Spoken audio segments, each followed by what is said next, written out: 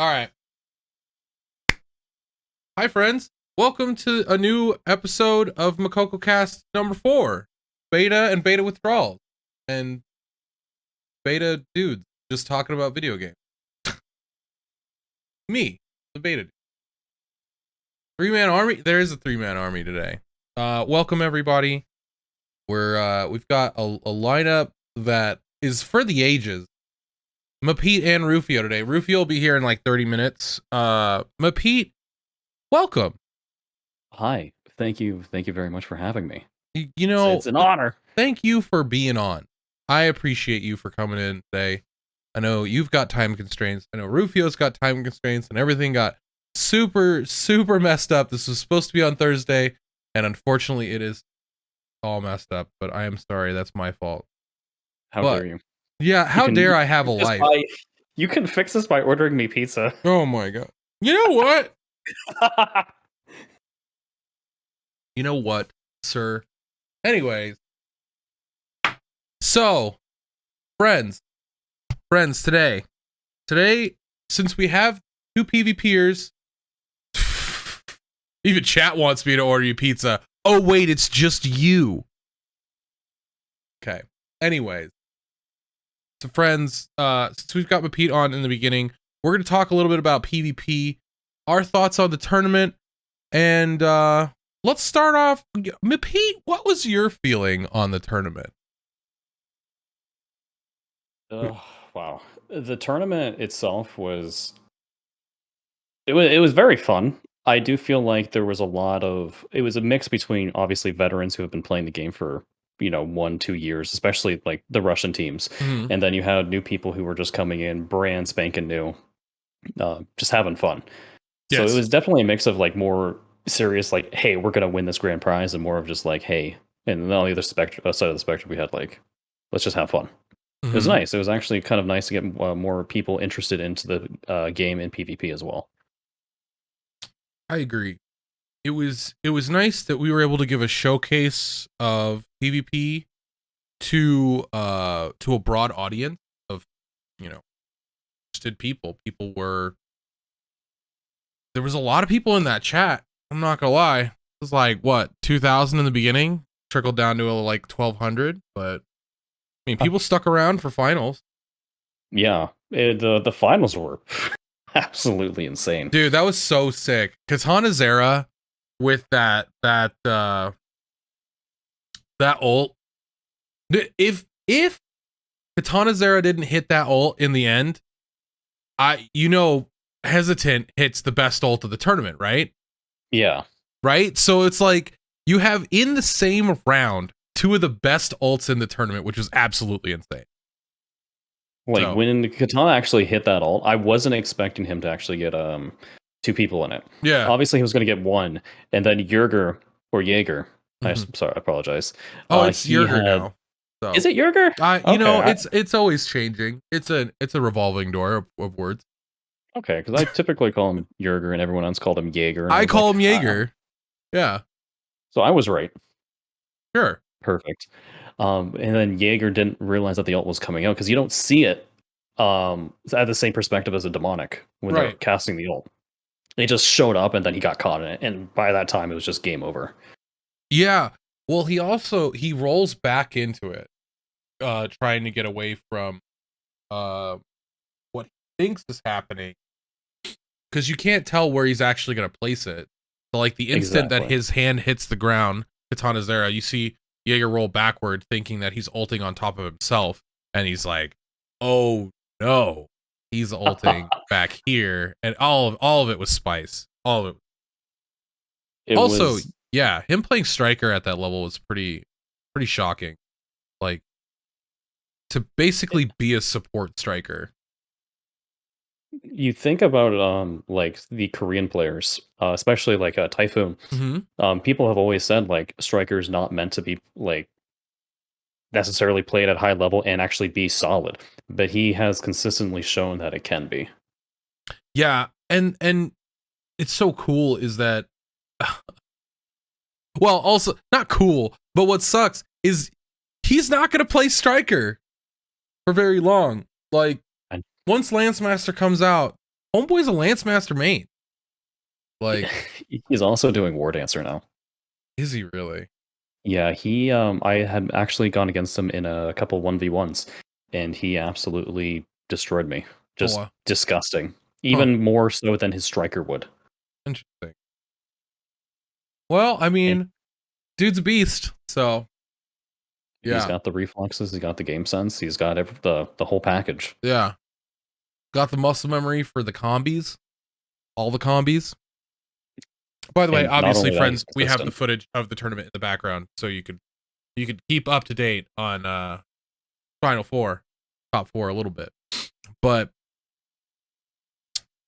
I agree that Striker or that BM is better than Striker. Yes, wholeheartedly. I think it gives so much more utility to a team than Striker does. But that's because a crit buff is not as exciting as a actual defense buff. But anyways, yeah, I think the tournament was run well. I liked the finals. I liked like a lot of the matches that happened. One thing that did frustrate me was the thing that happened to Nico and Cannon. What happened? So everybody was tied at 12 points based on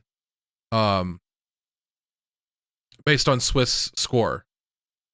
And Nico and Cannon had lost an extra round in the tournament at some point. So they were 8-3, while the other two teams at fourth place, tied for fourth place, were 8-2. So it was Jazzo and Blink's team had to play for the fourth place spot. Oh, okay. If they had gone to 6 matches, there would have been no need for a tiebreaker. It would have been guaranteed. So Nico and basically, if we all played one more round, the whole entire tournament could have been changed.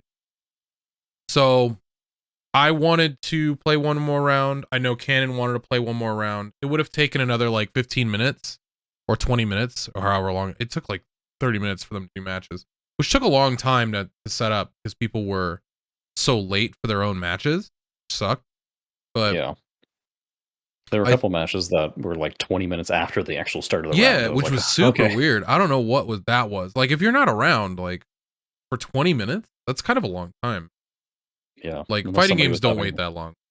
Like, if you ain't there in, like, 3 minutes, you are DQ'd, bro. Unless it's finals. But, yeah, like, we waited around for a while. It was a shame. But if it went to 6 matches, everybody would have played one more match. Chances, like, you guys could have got top 4. We could have got top 4. Because we ended up losing 3 full games, though. We went 2 and 3. Oh, you guys went 2. Oh, okay. Yeah. So we could have went 4 and 2, but also had points enough for top 4 for us. So we were so sad because we could have ended up with 11 points if we just won the 2 games we were in the lead against. We'll talk about that. We'll talk about that. Yeah. We'll talk about individual performance in a minute. So, what do you think of the top 4? Like, players wise? Amazing players, just absolutely skilled. Obviously, there were some teams, like for example, Hesitant Aliens team, Katana Zera. They were playing with roughly like 130, 140 ping. Like, they're exceedingly skilled players, and yet they still came out on top, even with a ping deficit. Like, that just shows how skilled they are. Yeah. And then, obviously, they have multiple years of experience. And then going like for the finals, with Jurger's team, like, they were going toe to toe with them. Yeah. Yes, they had lower ping. They had less experience as well, and also less experience working cohesively as a team, and yet they still did so exceedingly well, which is a very good sign for what is going to happen with the NAEU launch. Yeah. We're going to have so many skilled players. We're going to be able to, have solid tournaments again in the future. I'm actually looking forward to it. I'm really excited about it. Like, for NA to actually show up, which was a worry for me that it would be a double Russian finals. Like, Blinks versus Hesitant. That was my first initial, like, after, because we scrimmed both Blinks and Hesitant the day before tournament, and I think we went 2-5 against Blink's team, and then like I think it was 3-5 against Hesitant. And I was sitting there and I was like, dude, these guys are on like 150 ping, and I'm finally in my element, still getting fucking crushed. You know, like the games are a lot closer, but it definitely, you could tell that their positioning and like just the way they move was coming through still. Whether or not they were rubber banding, which sucks because there's a lot of combos they were rubber banding back into. You could tell like some of them were getting frustrated, but still they're winning game against like me, Odie, and Therian. And I was just like, damn, like these guys are no joke. Obviously, I didn't think they would be a joke. That's never to underestimate their ability. But the ping is a factor in this game. It really, really is. Yeah. I mean, those guys, I'm in one of their Discords, and they're always in voice together. They're always doing something. Like their teamwork not only is phenomenal in Lost Ark, but they also play other games as well. Oh wow! Like they were playing, I believe they were playing League earlier. They're all playing together. Oh wow! So cool. Not only does like Lost Ark, but they have been consistently working together in various situations in various games. Our boy. And our boy. Hold on. It shows. He said he's coming. He's on the way home. Okay, that's good. Phenomenal. Doing 120 in the Tesla. All right, Rufio's on the way home. Me and Mepeet will still talk about the tournament. 120 in a Tesla. Be careful in your Tesla, Rufio. Don't get in a car accident, shot put through the window. I don't think. What's going to go for the distance? Yeah, I don't do that because like, Elon doesn't replace people. I'll replace a car. Anyways, so top 4 was good. Top 4 was great. Let's be honest. Like, I was sad that Blinks kind of gave up 3rd, 4th place match because they were frustrated. Obviously, they wanted to do better against Hesitant. They were tired. They're playing from Russia again. It's like 7 a.m. over there, and considering that they stayed up all day and all night for the most part, like that's insane. Yeah, and still played as well as they did. So, you know, it was a long shift for the boys, but they played well. And what do you think about the team? What do you think about your individual performance? What I should ask. I feel like my individual performance starting out was good. Like we were very like we were working together really well as a team as well. And once we got to the 3rd match, we were going against Kanan and Nico. We actually ended up winning the first round against them. But so you're last the reason. 2 rounds, you guys are the reason. Yeah. And like my nerves had started getting to me. I started having really bad anxiety, and at that point, like I kept missing my skills. I kept hitting the wrong buttons, and so I feel like I started off strong, but then I just deteriorated after that until we went against Blinks in the last round, the 5th round, and then I actually started bringing it back a little bit. Okay, but I'm not used to a stressful situation like that, so I got to get used to it. Yeah, I mean it's been a while since your CS:GO era, and so it's hard to like being in that moment. I mean, it's been 10 years since I've played in any tournament like that, so I definitely felt those. Like I hadn't felt that in a while. It felt good, you know. Yeah, I was like, ooh, I'm nervous. I'm kind of worried right now. And so I went into the training room and I sat there and did combos, and I was like, I haven't done this in years. Like at a like Evo, I would go back up to the room between matches or between like my call, and I would sit there and just do combos for like 3 hours. And then I would come back down and then I'll play a match, you know? And so it was just it's crazy to think. Crazy to think. And a lot of fun. Here's to the future for Lost Ark tournaments, am I right? Yeah. Oh, yeah. So let's talk about that. So, accidental leaks and announcements. Lost Ark League. Wow. As soon as I saw the, because I wasn't on Conan's stream when he had said it, but I saw the clip and I was like, okay, so we already have sponsors, and they want to go ahead and start doing this. This is actually insane. Kind of, yeah, kind of crazy. Like just this one tournament that was kind of like I thought was not as big as what it was actually going to be, and it came to fruition that hey, there's going to be more in the future, and we're going to have sponsors, and we're going to actually have amazing tournaments. Yeah, like I don't think we have any kind of like specific details other than that it's coming, right? Yep. There's really nothing else. I mean, we could speculate all day. In the end, I think we'll see like a weekend format, very similar to the League of Legends. I'm hoping where it's like, hey, this weekend you guys are gonna play a best of 5 against this team. You know, I would not want to see the Swiss format again, just because we have time now. You know, that is true. We have so much actual time for people to build and be better players and learn and do more. And I think it's if they take their time with it and show it over like a real season, like a 3-month period, where it's like, hey, bi-weekly we're gonna do, you know, we're gonna show 10 matches on stream in a day, but we're gonna have 20. You know, we have 32 teams that are all playing, so it'd be 15 matches that happen all at the same time, basically, right? That would be absolutely insane. That'd be ridiculous, right? I would be all for it. And that's the thing is like you could have that format very similar to an Overwatch League where it's like first season we have like a big round robin where, you know, 16 teams are in each bracket, they play each other, and then they go to the other bracket and they swap brackets, right? Basically. Yeah.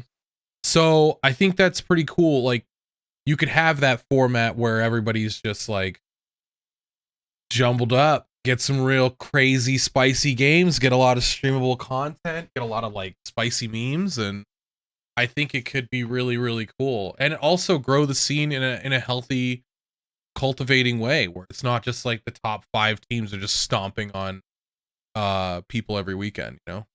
I mean, that's probably what it's going to be, but where people are actually able to like learn, you know, because the game is very intricate. People often think that like Lost Ark, when you compare it to League of Legends, has less intricacies because it's a short amount of time, but it's easier to follow than League of Legends because there's a lot of downtime in League that's hard to talk about. Unless you're like, you understand the nuances of like creep control and stuff like that. But in this game, it's like, there's so much, it's just a team fight. It's just team fighting. It's nothing but player skill and ability coming through. You know what I mean? Exactly. And I mean, you'll also be able to see like the mental fortitude of players. Cause like during the tournament, like that was a long tournament that we just had. Yeah. Like we had at least 5 games total of best of 3. And then I also had the top 4. Yes, there were breaks in between, but doing a best of 5, playing at the best of your ability, it does wear on someone's mental, like, what was the word I'm looking for here? Fortitude? Yeah, fortitude. We'll say that. And it's actually kind of insane because people are not going to be used to that because it's literally high octane gameplay. It's knowing when to bait out, when to peel, when to do all these other things for that entire match, and you got to do that multiple times. Yeah, like you will start to make mistakes, and once you make that one slip up, then it'll happen again. Mm-hmm. So being able to be consistent and be able to be calm and keep that mental fortitude up is going to be a massive skill. That's going to be a requirement for this Lost Ark League. Yeah.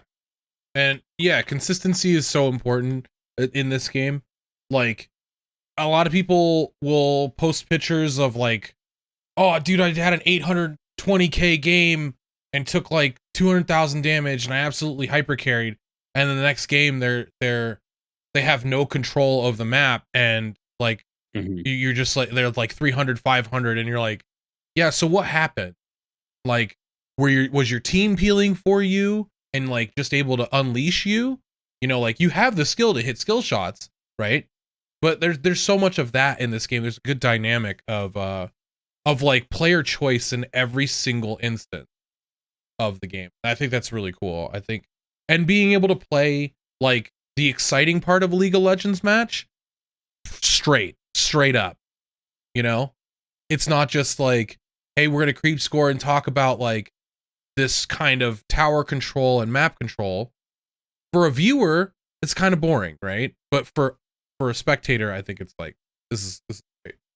All right, let's hop over and get Rufio in. Rufio, can you see? I posted the thingy, the thing, and here is the password for that thing.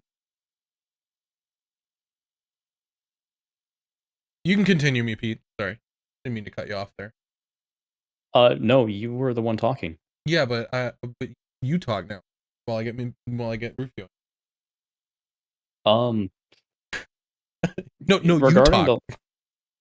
talk. No, you Uno reverse. Uno. Like regarding the tournament, how? You have to get. So obviously we're gonna have some friends of ours or other people that we know in the NA EU, and they're also part of the RU community that are going to be most likely in the league in some form. Yeah. Also, I think you have me overlapping Rufio on your. It's so good. Don't worry about it. Looks great. Everything's going really Hey, look, it's Rufio's real height. Yeah. Hold on, Rufio. I gotta get you fixed. Hi. Will you join my channel on Discord? Me? Yeah. Hold on. Looking fresh.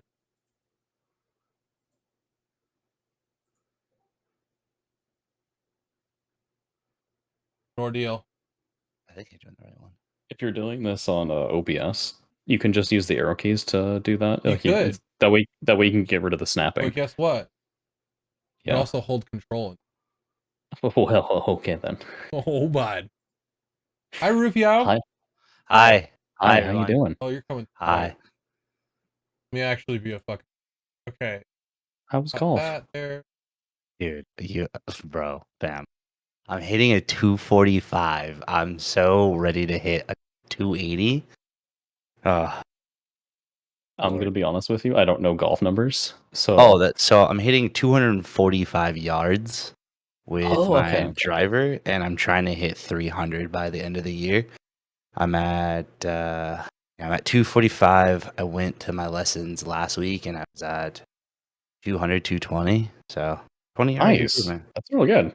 Yeah, dude, that was, oh man. Whew. Hi chat. How's everybody? Dude, I just want to say you guys did a phenomenal job in that tournament. As a non-participator but a watcher, for what felt like a last-minute tournament.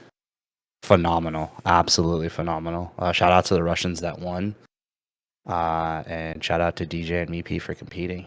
Thanks. It was really cool to see like people from the community like really crushing it and putting it on.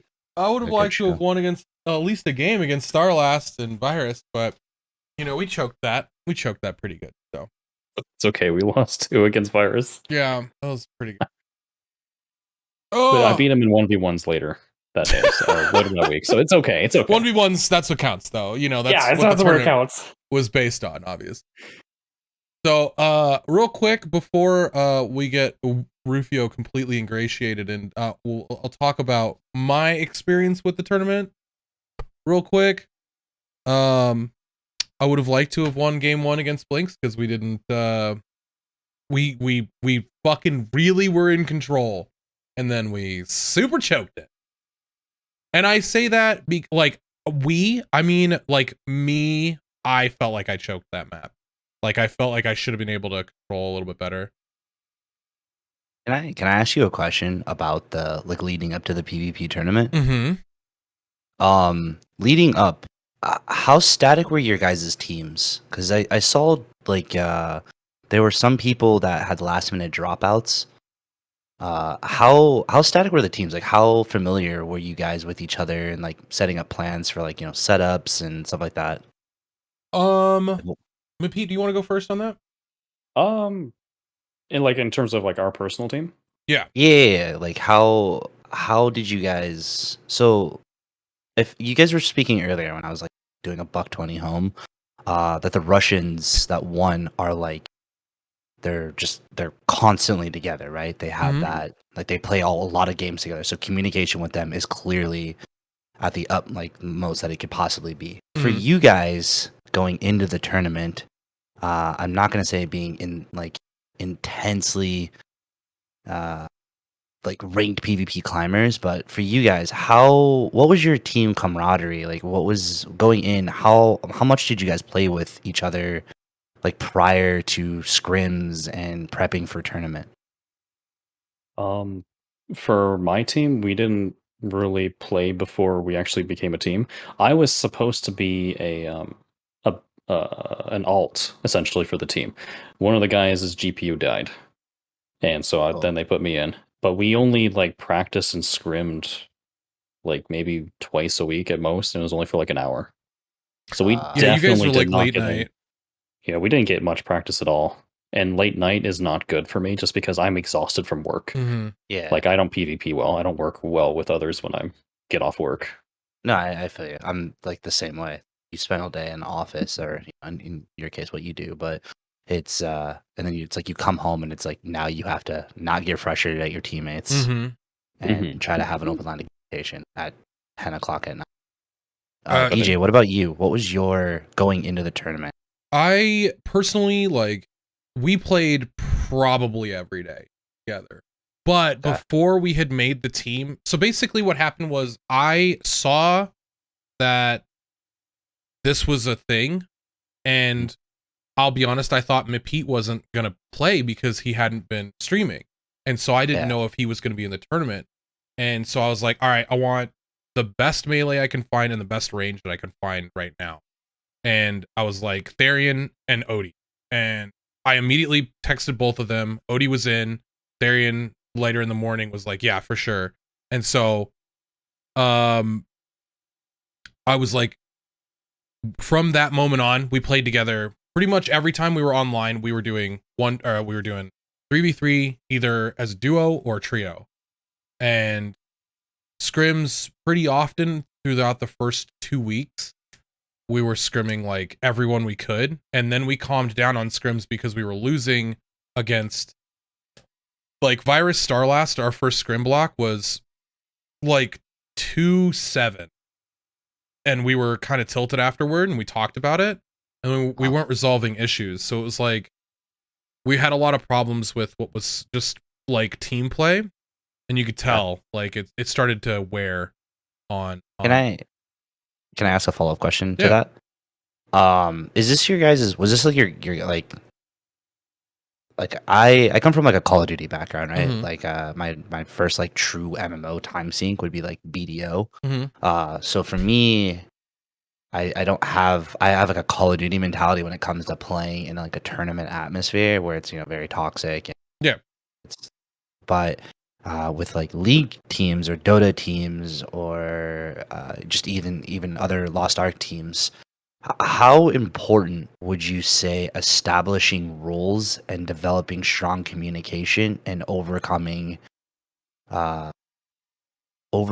being tilted for just bad plays? Like how important would you say that was? So incredibly like high. It's so important in this game. You do not have enough time to be tilted in a match. If you get tilted in a match, that match is over. And it happened a couple times during the tournament. Like when we lost against Starlast Virus first game, we were winning in the in battle points, and we tied. And then I was going to try and make a big play at the very end of the game, and I thought I had caught Virus and was going to kill him. And if I died in the fire, I would have done enough damage that we would have been fine. And in my mind, I have a combo on both him and Starlast, so nobody could peel me.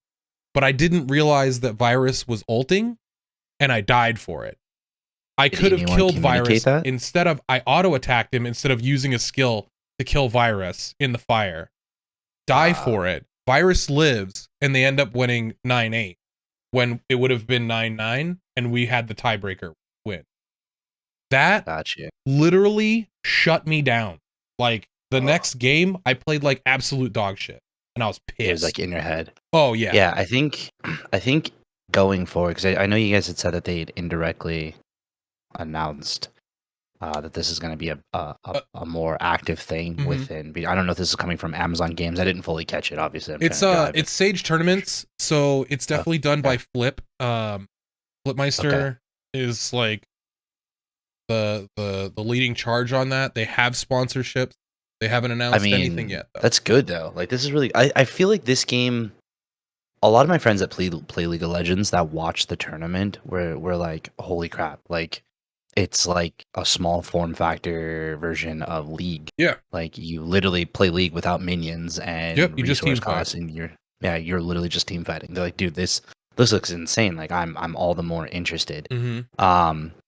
Going into now with the knowledge of the potential of there being a static tournament that's going to be like happening throughout the year, do you guys think you will be looking to form an actual hard team that you'll be playing with, like basically I'm not going to say permanently, but for longer periods of time to get on the same communication level and same like just playing style as the Russians did?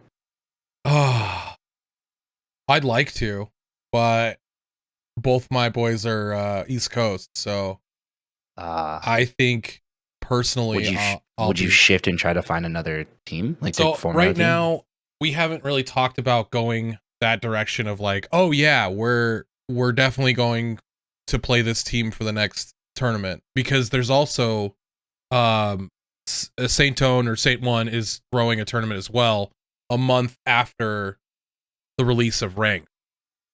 So after Ranked comes out, Diamond Plus or higher, you can enter in this tournament with a team. So like that's gonna be another thing. So that's another exciting part of PvP. Like all of this is so crazy. So it's because you're amongst the ground up players that have been grinding in Russia, and you're on the forefront of what's going to be released in NA, which is insanely exciting. I more or less specialize in PvE content, but just being in the PvP and just seeing what that community is creating is absolutely incredible. I love that people like Tharion branched off from the non-official like Discord and created a PvP community where there's a lot of like back and forth between players on like what's good, what's bad, a lot of screaming, a lot of just like all the in-houses and stuff like that. Dude, it's incredible. It's like super I cool. love seeing stuff like that. Mepeet, are you gonna join a team? Are you gonna look for a team? Honestly, I don't think I'm good enough to be able to do that. That's bullshit. Calling it stupid. I think you're very good at this game. I think you have a great mind for competitive gaming. Don't sell yourself short. Not on my fucking watch. You're class 1. Your class literally caught a clutch win at the very end of the tournament. What do you mean? Do you know that one move single-handedly locked Demonic in as being like a popular day 1 class now? Thanks a lot, Mepeet. Sure did. Funny enough, we actually had the most Demonic. Like that was the most played class in beta, by the way. Demonic. Yeah, absolutely. Well, absolutely. I don't doubt it. The chart. I think I have the chart here. But like following up with it though, I genuinely don't feel as if I will be able to compete at that level. Like I'll probably just be like a solo queue champion. Maybe that's all I can do. Well, the thing is too, maybe like you said, you weren't necessarily prepared to be a main person, right? One sec, repeat that. Yeah. Sorry, I had other sound coming through. Wait, it's doing it again. Hold on. I don't even know how to start a video anymore. Jesus Christ, internet. What the hell? Gentlemen. Sorry. I'm so sorry. Okay. Should be good now. Everything's muted. Okay. So Mepeet was saying that he doesn't feel that he's good enough and he wants to just be like a solo queue champion. Me personally, I think I would say that that's a dumb way to look at it, because you went in with the mindset of, oh, you're only like a backup, right? I think if you would have had the knowledge of you being a main stage competitor, I think it would have been a completely different Mepeet like showing. But it's like when you're Go ahead. I knew that I was going to be on the main team like a couple weeks prior. It's just that we also didn't have like a lot of time practicing. See, that's just it though. Like I'm watching PvP now, and I'm like, God, please play a different class so I can win. I'm always happy when you play another class that I can win in PvP. Like I'm like, yes, thank God he's not on that stupid demonic. Whenever you see that angry lad, you're like, all right, we got a chance, boys. Yeah, right. Like, you're saying my berserker's bad, huh? No. What I'm saying is, I think if you had like I said, if you guys could actually sit and have a static team that you play with for long periods of time, I would 100% say that you could definitely be a competitor in the PvP scene. It's just a matter of having that team and being able to get those hours in while also maintaining other content. See, that's the problem. Is I feel like a lot of the guys that are in the PvP scene are PvPers through and through. They don't care about in-game content, whereas you and DJ, amongst other people, are horned because it's like PvP is the forefront of this game. At the end of the day, when you sell someone on this game, you can say, look at these cool dungeons, look at how intense the arena fighting is. To me, is 100 times better than any mystic raid you can go through, right? So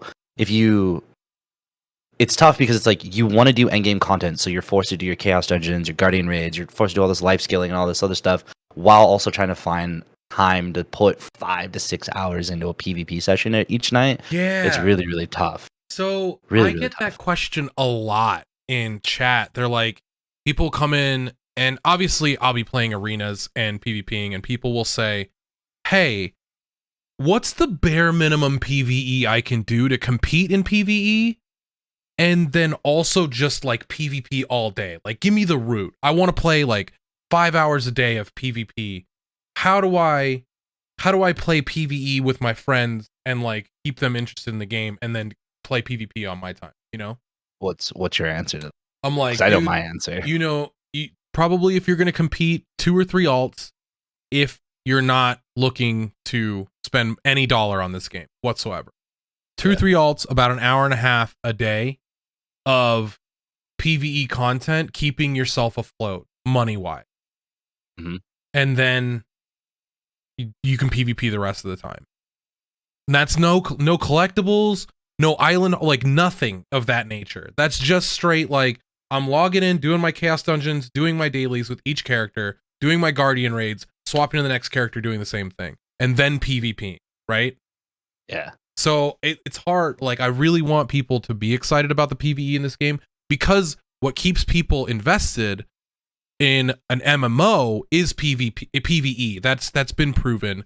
Final Fantasy, they had a tournament in the very beginning, which was completely awful. World of Warcraft, you see it every day. Like, people will watch speed clears of dungeons rather than watching the arena. Also, arena in World of Warcraft is very, very convoluted and complicated, needlessly, and really bad as a spectator. But like, it's so hard to want to keep these PvPers like happy about being able to do a little PvE. Sorry. Yes, like the game stays afloat based on PvE content. Yeah. In a mass appeal. It's not going to be League of Legends. It's not going to be Call of Duty. Like, these are PvP only games. Test your skill at every point, right? Like, this game has the mixture of both, so one will overtake the other, and chances are it's going to be PvE. So people wanting to do that, like, I want to make a video about that, but that's another topic. Anyway. So how do you see? Okay, let's kind of change gears and talk about PvE in the beta, what we have right now. Because Rufio, what did you end up doing? So I power leveled 1 character on stream. I did a leveling. Took 13 hours. My goal is to get it to sub 12. I want to be 11, 10. I think World's First was under 10 hours. It was 10:30 for Dark Mode. Oh, Jesus God. Yeah, that's the goal, is to get like below 11, but I mean, if I can be below 12, I'll be happy. What server are you playing? I'll be on both, actually. So I'll be on both East and West Coast. My primary server will be East Coast because I personally think that not just like all the streamers are going there. It's just the amount of players and the health of the market is my biggest concern. Is how healthy the market's going to be. Because I like I said, I primarily play PvE content. For me, buying and selling materials and gauging the market to earn like a high profitable gains is like what I really want to focus on. Is like the financial side of Lost Ark. But I think East Coast is going to be really good. But I have a lot of friends that refuse to play East Coast, so I will have a character on the West Coast that'll be kind of like my test account that I can just kind of pitter patter around on. But in the beta, I focused on getting to 50 as fast as possible. I did in, like I said, in just under like 13 hours. And I did all of North Vern off stream. Because I mean, no one, you've seen the story a million times. I can, like, I don't want to show my stream like, oh, this is North Vern for the 100th time. This is Armin. I do a lot of He's a demon. Fun fact, dude. Fun fact for anyone that's a streamer or is planning on really long term playing the first day it comes out, the Armin hill scene, you can run and take a shower and come back and get a cup of water. I just want you guys to know that. I do it every stream. I ate lunch during that fucking. Yeah, you can. I literally run, take a shower, fill up my hydro flask, and come back. And it's it's terrible. It's so bad. Yeah, it's such a long cutscene. But so I did that. I focused on North Vern, and I played around with the islands to see how everyone kept saying that the islands were broken. They're giving out way too many mats. A part of me says don't change the islands, leave the islands the way they are. Because I have the expectation that people are going to play the game a little bit slower once they get to 50. You're going to have your diehard people that are going to, be max gear score running through all the content. But then the problem is when you max gear score and you're running through the content and you're at true endgame, I feel like I'm going to be back on Russia. Like, I'm not going to have any desire to stay on NA, and I don't want that. I want to get off of Russia and make NA where I spend all my time. So I played around the islands. And then I started a second character boosted to see what that rotation was like. I'm liking the PvE thus far. I'm hearing that we're gonna get the Mystic raid. I really hope that Amazon Games shows it off in a future stream to really hard confirm it. But the PvE feels really good. The lack of gold kind of threw me off. Okay, so I was going to ask that because I did like no PvE at all personally. What was the gold that you were getting at what 5? Did you get to 550? No, I got to 535, 540, I think. Okay, where I ended. So you were able to do the void.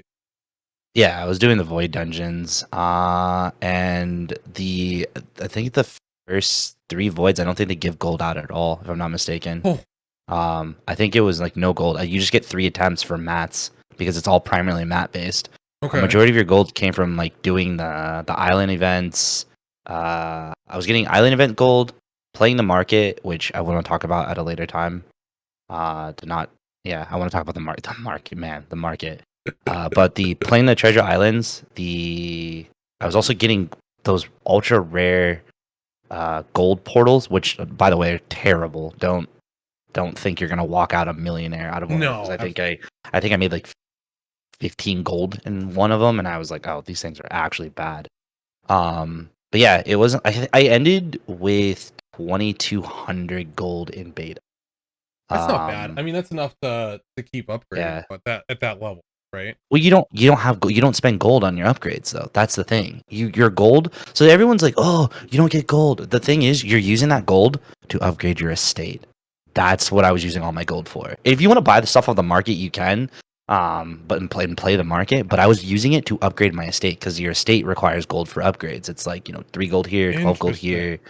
Yeah, so I was using all of it for that. I'm wondering if that's the system that we get because that's not how it is. Obviously, in Russia, like it takes gold to upgrade your items. In tier 3, it's tier 3. It takes gold in tier 1 and in tier 2, I believe. You don't need gold at all. It's literally mats. You're gonna burn out on mats faster than you would burn out on gold. So you need to make sure that you're farming mats. I.e., why I really hope, like, this is my goal, my mental goal. Don't change the islands. Make the Mari store virtually worthless, because the beta showed that you could indeed swipe your credit card and skip having to do content to get the highest gear score possible. Granted, it's a terrible return on what you're getting for the blue gems. Oh, it's so bad. The mats. It's awful. It's actually awful. But if you just go do like the islands and stuff, dude, my friends had. I'll send you a picture. One of my buddies, no joke, had something like 3 or like 200 of a mat crate to get mats. Like, he was loaded by the end of the islands. Yeah, I can actually send it to you. If you want to show it. Yeah, this is incredible. Like, how many mats you actually get. I'm gonna throw it in the podcast channel. Okay. But yeah, you get a ton of mats. So like, you can't say like, oh, I'm hurting for mats. Yeah, that's all from just doing islands. By the way, that's purely islands. So if you can never say, oh, I can't upgrade my material and I can't do affinity, bro. There are so many mats that you get from islands. I mean, that's good news. That's good news. You know, if that goes to live, like, that's thumbs up. Oh, it's broken. I think I don't know how to, I always pronounce it Siwa. Siwo. There you go. I always pronounce his name wrong. He said he wants to get rid of it. He doesn't like the islands. He thinks the islands are broken and they're giving out too many mats. But in my opinion, for tier 1, I think it's perfect, because you're already holding their hands with the upgrading process by giving them like practically 100%, and then I think it ticked down to like 80% towards like the end. Christ.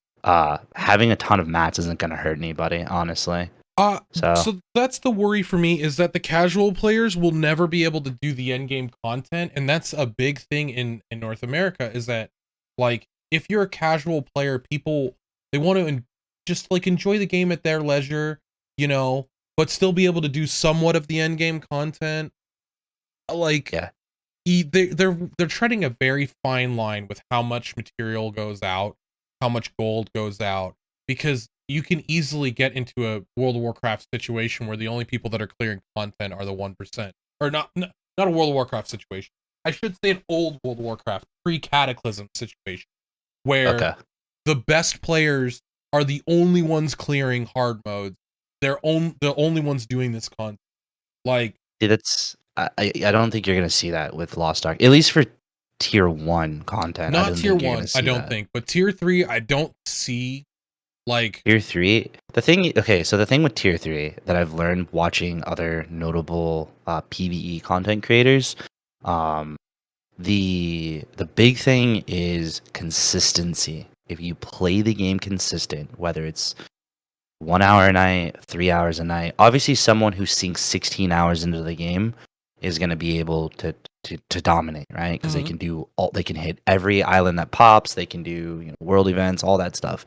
But if you're consistently playing, just knocking out your dailies, your weeklies, hitting some of the islands, doing some of your affinity, you'll be perfectly fine. You'll make gold. It's all about consistency at the end of the day. Yeah. The other thing, I don't want to delve too much in the market yet, but the other thing is playing the market, selling stuff instead of breaking it down for mats. If people, I come from BDO and I use it all the time on my stream, that in BDO, I feel like has one of the best markets I've ever used, because it's very streamlined. With Lost Ark, it's kind of chaotic, because we and you can have the same exact piece of gear, and I can throw it on the market for 10 gold. You can throw it on the market for 1,000 gold. Your item's going to come back to you, and my item's going to have sold, right? Right. So there's like no way to, like, you have to know the value. And I think players are they're gonna look at the market day one and be like, holy crap, why is this item 400 or 500 gold? Well, because veteran players know the market. Yeah, they understand the value of these, like, of the tier 1 engravings and stuff like that. So that's going to be a big thing. I think a lot of players need to learn. And I try to stress that to, like, my community, is learn the value of the items you have. Learn what the best, like, you don't want a grudge ether boy and think you're going to get 10,000 gold for it, right? Yeah. But a grudge supercharge for a blader, fam, with crit, you're getting 10k gold, like easy. Like you're gonna make your money. Even on a baseline, you like what is it called? Keen Blunt Grudge on really anything with like specialty, like bro, you hit the lotto, right? Like that's or agility. Yeah. Like or sorry, Swift, whatever it's called. It's there. That's going to be such a huge thing that veteran players will have over the general populace. Like that's where the lockout's going to come into play. I think that's the big thing, is that like that just that knowledge in general is where money is. Oh, man, you're gonna have players with like millions of gold going into tier 3 ready to just be like 1550 day one. Absolutely, you know, without a doubt. Mepeet, up to like whatever you can. The thing is you want to have the it really comes down to, can the market support it? Like in 3 days, everyone talks about like, oh, the 3-day head start is like, it's a bust, it's broken, blah blah blah blah blah, right? Get rid of the 3-day head start, let everyone start in the same field. In my opinion, the people that are buying the Founders Pack are either already currently playing the game and want to get in immediately because they want to continue and get off of the VPN, or they're players that are interested, that have done the research, hopefully, to get into the game. Come the 4th day when the game goes live for regular players, all the free-to-play players that want to come in that didn't buy the Founders Pack, they're going to have an established market that when they are getting gold, they'll be able to kind of skip through a little bit of content by having those 3-day head start guys already playing the market for them and establishing pricing and hopefully an exchange. I'd like to see an exchange established within the first 2 weeks, give or take. Yeah. The only worry I have about most of the marketplace stuff is peons in general. Because you want to talk about market? You want to know my biggest complaint? What is your biggest complaint? Books. I'm dumbfounded that books cost peons now. It's crazy. Mepeet, did you see that as well? I did, yeah. To me, it makes no sense. Yeah. I pray to God it does. It's not that way in NA. I really, really hope that it was just like a weird build that they put out and it assigned it, because I was like, dude, that's the first thing, and like that's not in the standard section of the game either. I really, really, really, really hope they get rid of that. The overall market itself was, I mean, exactly what I thought it was going to be. You're going to get the people that are going to meme and try to put things up for crazy prices. I mean, I put up a piece of jewelry that I thought had a value. I was like, I'm going to put it for 500 gold. It didn't sell, needless to say. But yeah, the books, they got to change that. They really got to change the peon on the books. I pray to God they get rid of that off the market. The thing about books is that they're only a one-time use, though. So like in general, getting up to tier 3, you're gonna spend 80 peons on book, right? On one particular set. Well, it depends on the price of the. Right. So did you read the subtext? No. To the peons, the peons price can actually fluctuate based on the volume of book on market. Oh, I didn't say that part. Yeah, there's a fluctuation that can actually happen. I believe like it can adjust. If there's like a little question mark, you could hover over it, and it like. I want to say I had to go back and like look at my stream and look at it again, but I want to say that it said it can change based on volume on market. So like if there's a low volume but it's a high quality book, it could be 5 peons. But if there's 1,000 ether boys, it could be like 1 peon. Did you see actual items like accessories and stuff? What were they selling for peons? Standard, same thing that we're get a look at the low tier. No, they're cheaper. You're thinking tier 3. Tier 1 stuff was cheaper. It's all tier 1 stuff. It was all cheaper though. It wasn't like crazy priced. I tried to play the market with jewelry a little bit, but I mean, again, the market was getting flooded because everyone was like, "Oh, what does this do?" And one of the big things that my chat was asking, and I don't know like what your guys' thought process on this. Every day we got 100 peons, right, to buy stuff on the market. What do you think a healthy amount of peons for Amazon and Smilegate to give out to the community? What do you think a healthy amount is for them to give out monthly for the attendance rewards? I said 50 a month I felt like that wasn't going to break the game, especially going into tier 3 where items are, 35 peons or 25 peons. Mm-hmm. But even something as low as 25 would be great because you get rid of that what is it? Nina Blessing, which gave you a chance to get 3, and I think usually out of the attendance rewards you get 10, maybe 20. So the attendance rewards for the PC arcade one was 3. That's the one we have in Russia. That's through the Crystalline Aura. Yeah. Not Ninav's Blessing. I don't know what Ninav's Blessing gives because I think that was just based on craft. But, okay, so there's the one that gives you for like how long you're playing the game. Yes, that's the one that gives you 3 a day. Okay, yeah, that's the one I'm referring to. But the one that doesn't exist for NA yet. Yeah, so that's gone. No, I don't think that's going to be there at all. That's one of the pay-to-win mechanics that they're getting rid of completely from the game. So that's one of the things that like blows my mind is that you're also getting rid of Golden Mana Shell there, which is like super The only way to acquire that is basically straight from either attendance rewards or you have to flat buy them from the market, which is going to fall into like cosmetic pay to win. Like you'll never be able to really like. I don't. Were those earned? I didn't like delve into the market too much because I was already just like so engulfed by everything else. Were the earns even on the marketplace? Because I didn't see any. Like I didn't see any of that stuff. It was all like baseline, like pet, mount, and then like Mari Star. I played the Mari Star a lot. 10 pages of mats being able to be purchased was kind of fun to see. Never will I do that ever. Because I started adding it up and I'm like, dude, like if this is cost this much, dude, I'm already $300 right. The transmogrifier thing was not. But so Mepeet, where do you see a good base of peon a month? It really depends on if they're gonna have the engraving books actually cost peons. Because if they don't and they follow the build from Russia or Korea, then I would probably say 50 would be a good one. Like just like what Rufio had said. But if they include too low, engraving, personally. What's up? You think it's too low? I think that's too low. So here's my thing: is that a month? You think 50 a month? Is too low for a with the exchange rate person? A baseline person that's going to play this game, their first iteration of buying gear is never going to be perfect, right? When I first started buying gear for my tier 3 character, I had 200 peons saved up. I spent them immediately thinking that I would have 200 more, most likely within the next month. And that was one character to get up to content, right? So here's the thing, though. The whole point of the exchange rate is mostly for you to play peons.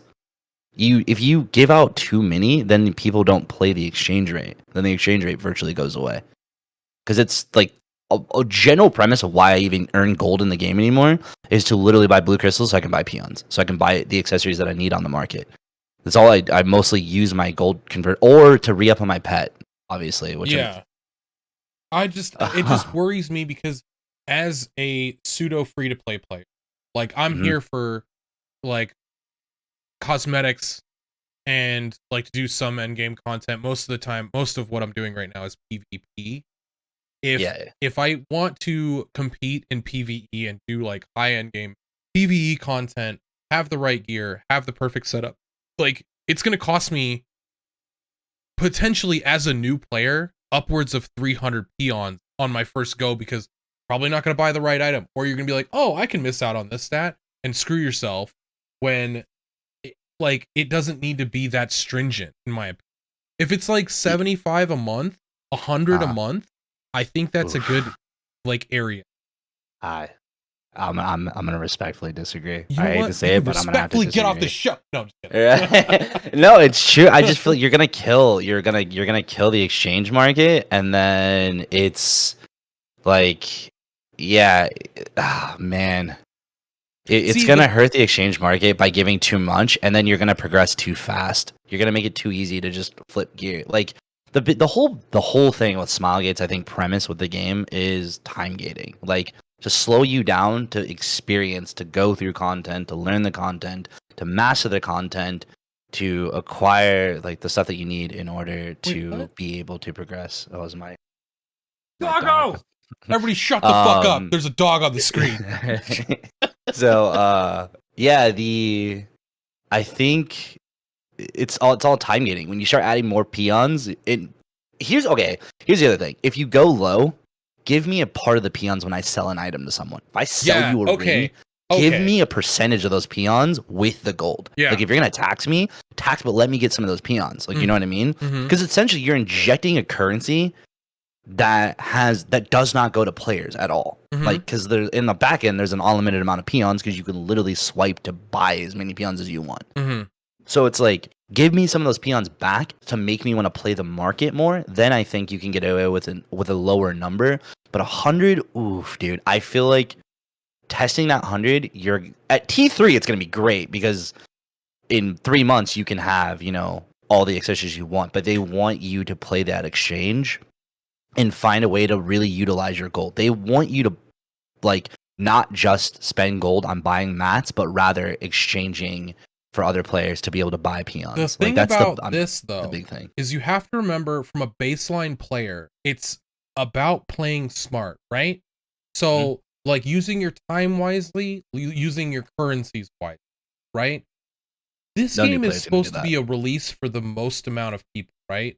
The video game inherently is supposed to be fun. And when you have a gate like that, like, sure, that's exciting for somebody like you. You're in the stock market. You know about like a lot of the stuff that's going on. But for somebody that's just like say random Joe Schmo in Kansas that has like 3 hours, a week to play the game. Like he wants to do Mystic too. He wants to be able to see this. They're not catering. They're not catering to Joe absolutely. Schmo.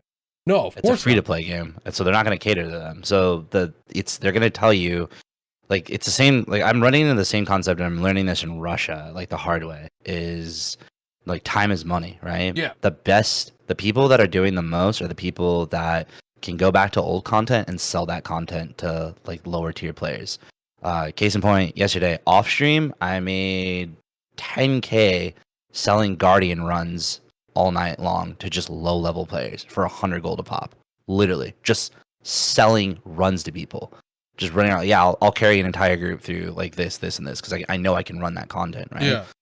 The average player they're not gonna understand that. They're gonna be like, well, what? Like people are paying for runs? Yeah, do people pay for runs and WoW all the time? Like, yeah, well, are you kidding me? Yeah. The new players are not gonna understand. They're gonna, dude. When I first started the game, look back when you first started the game, DJ. Oh yeah.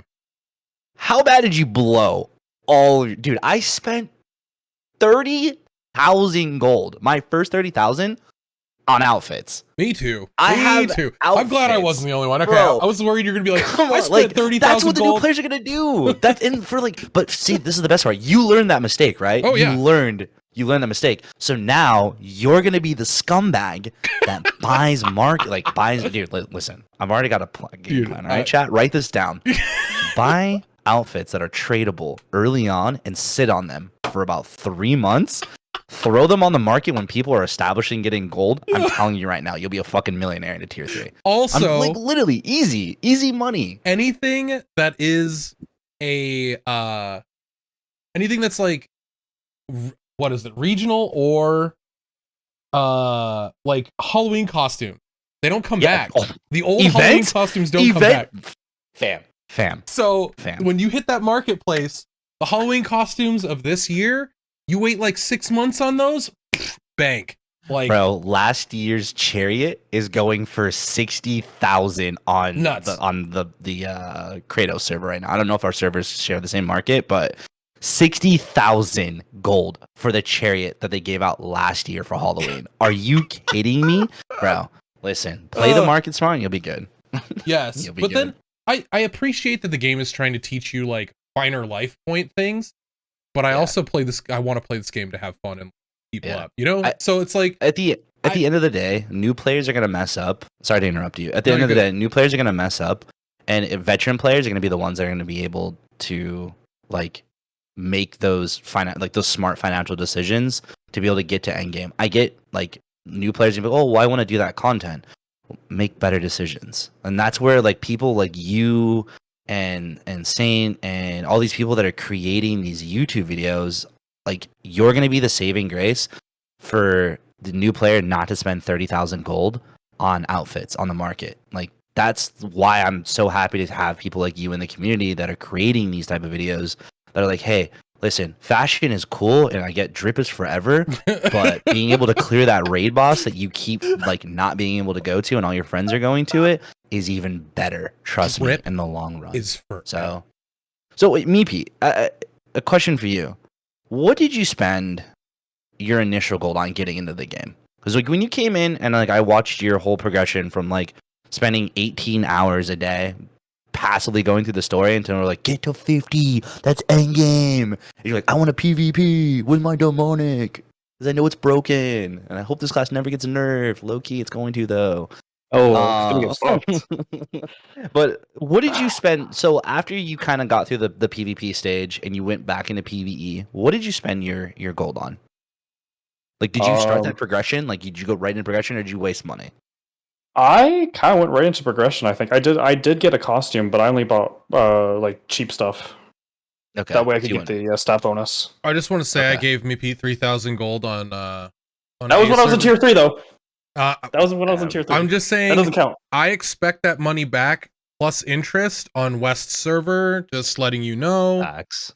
How about this? I'll just give you a free boost. We've been gambling on like a couple of my buddies of mine have been gambling on your guys' PvP matches during your stream. I just want to let you guys know I'm creating a very lucrative business on the back end. So it's been really nice. We put up like 50 gold to watch you guys PvP. Oh my god! And then we'll watch, and then yesterday we'll call brutal. Plays. You probably we'll call plays, dude. I've been cashing out, bro. I've been cashing out. I wish we would have did it during the tournament, but I was so like engulfed in the tournament that I was like, nah, I can't really bet. This is like way too intense. Like these guys are all like really good. But yeah, no, it's I like the state of the game now. To go back into the PvP in the market, I like the state of the game. I just want the books to change a little bit more. I don't want the peons on them or give me more peons at the end of the day. Yeah. Well, actually, speaking of PvP, before we do anything, are we still talking about the same thing real quick? Because I actually had something I wanted to ask. Oh no, yeah, go for it. Ask whatever you got. How do you guys think NA players are going to be able to react to raids such as Mystic or even higher tier content? Terrible. I think they're going to complain and say it's too hard. I think they're going to say it's too hard. So many people are going to shit the bed when it comes to doing content. They're not going to understand what to do. Listen, hold on. Volton is a just you dodge in Volton, right? There's like the core mechanics is don't get hit. Bro, Beatrice is a whole ass challenge. There's mechanics. Albion? Okay, or no, sorry, Argos? Dude. Fam, I watched a YouTube video. I got 10 minutes in and turned it off. I was like, there's no fucking way. I'll just get carried through this. I'm not learning these mechanics. Like, dude, stage 3? Kiss my ass. I'm not learning that, bro. There's stars. You look at the stars, and then the stars align, and then you got to tell the lower group to do a thing, and then they have to do a thing but get on the other side of the screen, but then they have to throw bombs, and it's like, fam, I just want to do basic content, bro. Catch me in a chaos dungeon one time. But I think they're going to think it's hard. They're going to think it's hard. But it's like, at the same time, though, do you guys like Dark Souls? You guys ever watch like Dark Souls or play Dark Souls? Love it. Yeah. Bro, how many times have you want to break your controller? Oh, 100 times. Okay. But this is the thing. When you completed it though, how did you feel? When it was me, Therian Wogs, Hyper, and we were doing Arrayus Heart. We did it for 4.5 hours on the last boss with just whatever his name is. And I did it with a smile on my face. I had a good time. Like, I was learning the content. I was like, this is awesome. This is fun. Do I think America's going to have that same instance? I have a feeling so many people are going to rage quit. Dude, people are going to be They're like... going to hate it. If we get Mystic day 1 and the white mechanics are so punishing and so demoralizing... But for me, like, I've been learning Volton. I've been getting Sherped through Volton and Beatrice. I completed Volton hard mode for the first time this week. Great experience. I learned a lot about myself internally, reflecting, and about Smilegate's approach to the game. Everything you do in the Void dungeons is leading up to the Abyss raids and the Legion raids. Yeah. And it's not meant for you to just go in and just beat it in one day, right? And not one day, but in like 30 minutes. Right. It's meant for you to be challenged, think outside the box, and really push yourself to be the best player that you possibly can be. Dude, just like you do in PvP. Look at look at Albershad. Okay, so Albershad, Belshazzar, same thing. As a Legion raid, looking ahead to that in December, like, that is content that I really wanted to do specifically just on NA. I didn't really want to do it on Russia. Now that I've like looked at it more, I do want to try it on Russia. But good lord, do you think the average player is going to go into the first fight? Not even, okay, there's the intro fight of Belshazzar, which is just like, you see some cinematics, don't die. That's it. Like, just don't die, do enough damage to get to the first actual phase of Belshazzar, right?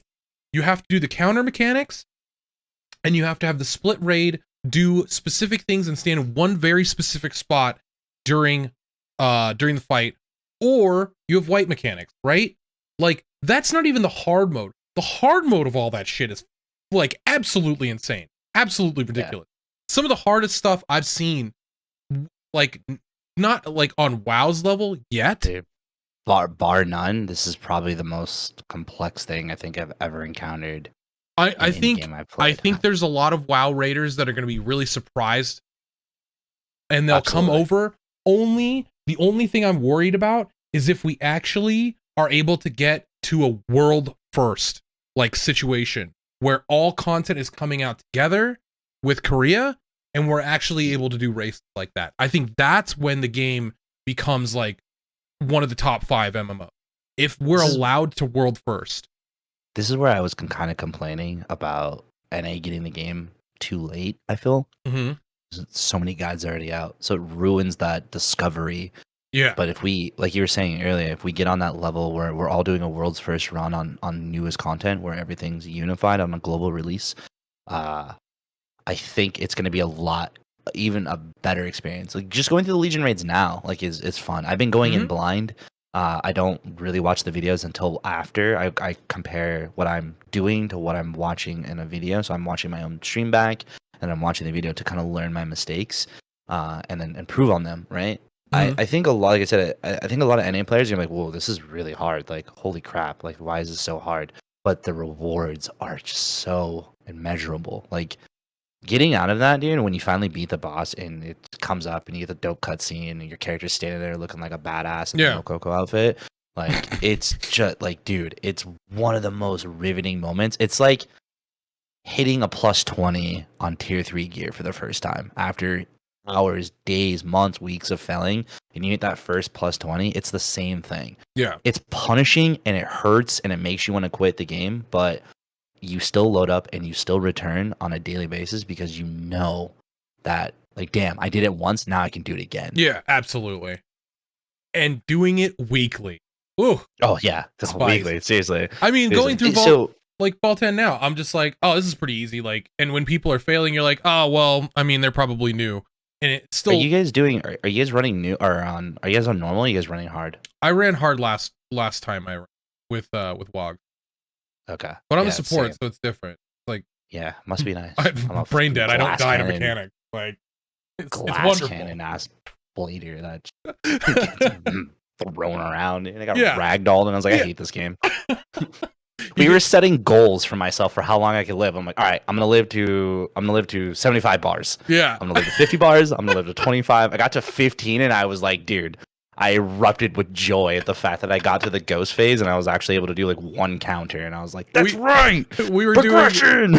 We were counting how long it took Therian to get through all of his pots on certain bosses. Pretty good. So we got. Dude, I know the struggle, Therian. I know the struggle. I would get to the ghost phase, 0 pots, and everyone's screaming in chat at me is, just don't get hit. Just don't get hit. It's so much easier for you because you live on the East Coast. You have 20 less ping than me. Just don't get hit. 202 ping. I feel so bad for Therian though. We were doing Beakiss, and we didn't even get past the first boss with Beakiss. And I think we were timing it like in seconds, like how many pots he was actually using and how many he had left. I think it was after about a minute or so, he ran out of pots. You're like, Therian's out of pots. We gotta finish this quick, guys. Dude, this man has no faith in the support classes. Low key, Theron, I be feeling the same way sometimes, bro. My buddy's learning Bard, and I'm like, high key, I'm gonna bring my own security modules because I don't be trusting you, dog. You got that look on your face right now, like I'm not about to hit this heal. I'm trying to learn what the hell's going on. Like, you're not getting this heal, you're not getting a shield. You have a higher level than me. You could get through this. Like, I'm gonna bring my own security module. I got this.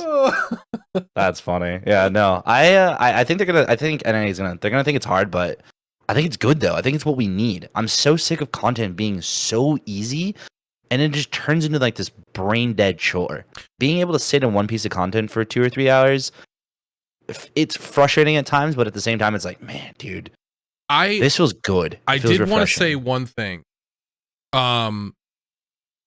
The Lost Ark has created an atmosphere of personal accountability far more than something like World of Warcraft or Final Fantasy 14, where hide your fuck ups. If you fuck up in 14, like chances are red mages can res you. If you fuck up in Lost Ark, you wipe it down and you start again.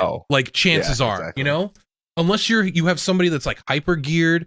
Like that's the thing I think that, and even in PvP, like there is a hard amount of personal accountability. There's only 3 people and there's only so much damage that somebody can do, right? Yeah. And if you are that lacking person on your team, it's over. Like it's so hard to come back from. Outplaying 2 people of equal skill level, it's hard. Fucking hard. How for you and Mepeet, how hard in the PvP scene, how hard is it to take criticism? Not just from like chat, I'll let Mepeet but go from with that. Like your teammates. Like how hard, like rule chat out of this. Listen, I get people in my chat all the time like, dude, you're a dog shit blade. Why do you play this class? Go play Maple Story or something that you could possibly be good at. But like from a team perspective or other people, like your colleagues in the PvP community, how well do you guys take criticism? Because for me, I hate criticism. I hate someone telling me how to do something when I feel like I know how to do this. Like, leave me alone. And it's like, no, but dude, I'm trying to help you because you're not knowing how to do this. Like, you're getting rolled right now. How well do you guys handle criticism in PvP from your colleagues, not your chat? Yeah, I guess it really also depends on how it's going. Like, if I'm in a really shitty mood, I'm probably just gonna say like, I fucking know how to play the game. Please leave me alone. However, if I'm in a situation where like I know that I'm fucking up, which I am the first person to admit, like if I screw up, my teammates don't even need to say that. Like I know what I should have done versus what I did do. Yeah. And so like I'm willing to obviously say like I know I messed up. And if somebody has already said like that you should have done this, instead of be like, yeah, I know, I completely just screwed up. I wiped the team or I did that. I think that's a big factor with these tournaments too. Is you guys got to learn to like. I'm not trying to coach you guys, but it's to just roll, like literally take the criticism, because it's like more often than not, it's not them harping on you. It's just like them trying to like help you keep your mind clear so you're not getting tilted. I would rather focus on a teammate pissing me off and telling me what to do to be better than just getting tilted to the fact that I'm just being bad. I'm not focusing on myself. I'm remembering that I'm in a group environment. This is a team effort, not just a solo me effort. And a 1v1 though, it's different. All right. Don't be dog shit. Be good. I mean, that's the background I came from. I came from a fighting game background. So personal accountability was like something I had for a long time. And then I started playing World of Warcraft, and I would regularly blame other people. And my atmosphere in that was like, I'm king shit of F Mountain. I'm just better than everybody. And while I still sometimes have that mentality, like when I'm teeing off, but like I remember that even like the best players I've ever played against in other games, they make mistakes. Everybody's human. And like, it's all about how you take the next step afterward when the criticism comes and when your anger is at its peak, right? Like yesterday, I lost like, I don't know, like 15 games in a row of ranked, or it was just like awful. And I could have sat there and like, I was pissed about ping. I was pissed about teammates. I was pissed about my play. And people in chat were like, hey, you need to do this. And I'm like, I could be mad at people, or we could all use this as a learning experience of how to handle criticism in general. Like, we can create a good environment, and that's the most important thing. Like, I talk to people even on Russia that I know speak English. Like, people will be like, "Oh my God, you guys are a bunch of noobs," and I'd be like, "Hey man, like, I'm not trying to harp on your skill, but there's a large amount of personal accountability. And yeah, we failed as a team. We lost that game, but you're not going to win every game. And a lot of what you can do is be introspective. And what could you have done to play that game better? Because you're blaming me already, and I know I played that game pretty well, and I know for a fact your mistakes because I play this game every day. You know what I mean? Yeah. Like, I could sit there and point out that you were the problem in a million different ways, but I also was an issue in that game. I'm in the game, right? Yeah. So it's a very fine line, a very big balance that I would like to create an environment where people are, like, while critical of themselves, like, just happy to help other people be better players. Because it's the only way this scene, like, absolutely continues, right? Yeah. That's been my approach with PvE content. Like, I take accountability when, like, I don't throw a bomb or I don't. It's like, yeah, that's my fault. I messed that up. Yeah, I eat that. No, I eat that. It sucks, dude. Like, it's something so simple. It's like, it's the same thing as I got really, dude. I had like an internal meltdown. We were doing Volton, and I went out and I'd like not missed a bomb. I dodged all the spin from the very beginning, right? Mm-hmm. Bro, I missed the bomb and got slammed into the wall and ate the full spin, and I ran through 2 pots in like the first 5 minutes of the game. Or not even 5 minutes, like the first like minute of the game being out, and I was literally like screaming at myself, like, what are you doing? Like, why are you so bad at this game? Right. And like chat was like it was so like, I hated the fact that my chat was so positive, like, oh dang, dude, that really sucks. Like, you'll get it, dude. Don't worry, just keep going, keep your head up, don't get frustrated. And I was like, fuck you guys. Like, don't do what I tell you to do to me. Like, don't do that. Like, I'm dying inside right now. I'm so mad. But oh man, yeah, no, it's good. As long as you have like that level-headedness, dude. I'm really excited for you guys and for the PvP and the next tournament and just everything that we're getting thus far thrown at us, both from a PvP and a PvE standpoint. I'm really, really excited though, because you guys look like you were having a blast, even if you were under pressure and frustrated. Whose stream were you watching? Dude, I'll go back and watch. I was watching. Dude, I was just watching. Listen, I want to give a huge shout out. I don't know if she's here, dude. Laffy fucking held that down, bro. That announcement, fam. Yeah, she did crazy. And then the last match, she had to just solo it. I was like, oh shit, dog. Yeah, like this girl knows what the hell she's talking about. Oh, like, very much. So. I mean, she's been playing the game for 3 years. No, I was impressed. I was like, holy crap! Like, dude, she is calling this right now. Yeah. So yeah, I was definitely like very, very impressed. So that was really good. But no, it just, I mean, granted, like, you guys are getting mad, obviously, but like, it looked like afterwards though, you guys really did look like you're bummed, but you could tell you're like, yo, low key for my first time though, that was still really exciting to be a part of, like, of this. Absolutely. So, I mean, hi OT. What's that? Odie's here. Depressing moments. When did Odie get here? He just joined. Dropped in right now. What? Wait, do I have to add somebody? Oh wait, no. We're in the podcast. During the podcast? Yeah, this is the podcast. Yeah, this is the podcast. I'm leaving. Bye. Bye. Oh, you need to put a podcaster? What the fuck's happening here? It's like, do we need to put up a fourth person? I could put him in there. Yeah. No, that was really cool though. So I think there's like one more. Oh, okay. So the hot topic, no joke. I meme it every day in your guys' chat, literally all the time. I literally meme it all the time. Let's dead it right now. Is NA going to be pay to win, in your opinion? No. Kind of. Kind of. I'm not going to say pay for convenience anymore. It's either flat out, it's either pay to win or not pay to win. Then no. What is your definition of pay to win? For this game. It's tough. Like, it always comes down to a definition, right? Because everyone's argument is, well, you can get it in the game, so therefore it's not pay to win. That's like the biggest argument. If you can't get it in a game, it's not If you can't get in the game, then it's considered pay to win. But if you can, it's not pay to win, right? I think it's the leaderboards. The ranking is where you're gonna see the swipers dominate. Sane Tone, I think, touched down on that on the last podcast that he was on, where everyone swiped to maintain Korea's like ranking, like to be on like the top of the rank. He's like number 4 Sork in Korea, right? I think the ranking system is where you're gonna see it. Every other piece of content in the game, I'm not really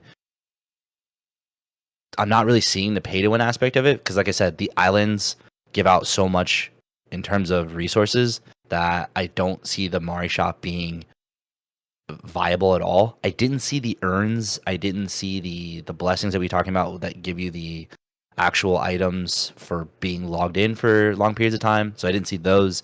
So that type of stuff being out of the game. The only other thing that I can think of was the just people swiping to buy blue crystals, to buy peons, to keep pushing their enhancements to be as best as they can from a guild standpoint. But I think I'm going to stand on the ground on my soapbox and say I don't feel like this game is going to be as pay to win as I originally thought it was going to be. After seeing what we're getting. After seeing the beta, at least, I think we're in a good spot. But I think the thing I worry about less is pay to win, and more is how fast people are gonna just chew through content. Because I mean, if gauging people's use of the Mari store and islands is any way to gauge progression, I think one content creator was 540 the following day on beta, already finishing Rohandel, and he was going through all of the void dungeons and everything of that nature. So with the power of the Mari store and it being there, it's like a really weird, like, predatory type of thing. It's easy to enhance if you just swipe your credit card. It's, Chad, just so you're aware, it's atrocious. Do not buy from the Mari store unless you are absolutely down bad. Like, or like you need like something and it's not on the marketplace. And you need to do that void dungeon right now. Returns are horrific, dude. Yeah, absolutely horrific. Terrible. But the like showing the Mari store and the ability to just kind of swipe through, I was like, oh crap, dude, like you're already at like what is considered like end game content. So like these guys are like, yeah, I'm able to do all of the content now, and I can just basically sell carries to people because like I have everything that I can possibly need right now. I can use all my blue crystals to buy peons, to buy, plus what we are getting for the blue crystals to buy up to get, grudge, 3 unlocked like already. I think I had 2 friends that had a full grudge on their jewelry, just from them being able to snipe things off the market or getting really lucky drops. So they were full grudged up and they were able to like carry through like the higher tier void dungeons insanely quick. So with that though, like we're at the end of tier 1. That content that we're doing right now, like this is the practice run, right? First 3 months of this game, that's the practice. And I think you want strong retention though, right? Right. That's my thing is like so I feel like games like New World came out and they were really great because it was a fresh new MMO that came out that no one like the gaming scene has been very bleak. It's been very lackluster games that have come out, very one-dimensional games, shoot 'em up. So we haven't really had like another like sword and board like MMO experience, not necessarily an MMORPG, but just an MMO experience. Period. Right. Mm-hmm. So with New World coming out, it did phenomenal at creating an MMO group experience outside of the server issues and all the other stuff. It was the lack of endgame content that really ultimately led to them losing more than 77. They're at 90% lost right now. Oh, okay, so it's at 90. Yeah, the last time I checked, it was at 77. So 90% loss in their player base because you could again, all the exploits aside, like there was just nothing to do. And I was like, oh, you could run dungeons. There's nothing to do at endgame, and that's the big thing I think with my fear with NA and why I would like to see some form of a roadmap for how fast we get content, even if it's the game comes out, and in 3 months, everyone's kind of on the same playing field, and then they introduce Yorn and then Phaeton would be great if we got like in 3 months we were already on tier 2 and they bulked it out in tier 2. Because my timeline for how I was explaining it to my chat was I feel like we're gonna get up to 3 heroes in between each major piece of content, or a select amount of heroes in between each major part of content if they don't drop a hero with the content. So I'm hoping by a year and a half we're fully caught up. And in tier 1, if people are already min-maxing in the first week and there's not really much, and you're going to start seeing the NA player base slip. Veteran players are going to go back to Russia or KR to continue their progression there until like the next piece of content comes out, which is what World of Warcraft is suffering with, which is what Final Fantasy suffered with for a while. This is what New World's suffering with. Everyone's waiting for new content. So I really hope that we don't get that with Lost Ark. I really hope they find a way to fill those voids so we don't see 90% slip in players a month after the game coming out. Go ahead. Go ahead, Mepeet. No, you. No. I'm typing. You go. Okay. I don't think that there's going to be an issue. I do. Well, regarding like when Tier 2 comes out, I do think it's going to probably be about 2 to 3 months after launch. That's most likely what's going to happen, depending on when they actually started like the localization process for that specific patch. Because we have no idea if they're even done. They haven't even completed Rohendel localization, so they probably have. The graveyard scene. Sorry to interrupt you. The graveyard scene didn't even have audio. Like they completely got rid of all the audio. It was so silent. It was uncomfortable. I had to play music because it was like deathly silent, and I was like, "Oh my god!" Like I thought my game was broken. I left and came back, and I was like, "What the fuck is wrong?" I'm like, and everyone's like, "No, dude, that area just doesn't have audio. Like it's worse when you go to like Rohendel." And I'm like, "No way, dude." Weird. But all right, keep going. And like that's the thing. So it's probably not going to be too quick, depending on what their workload is like right now.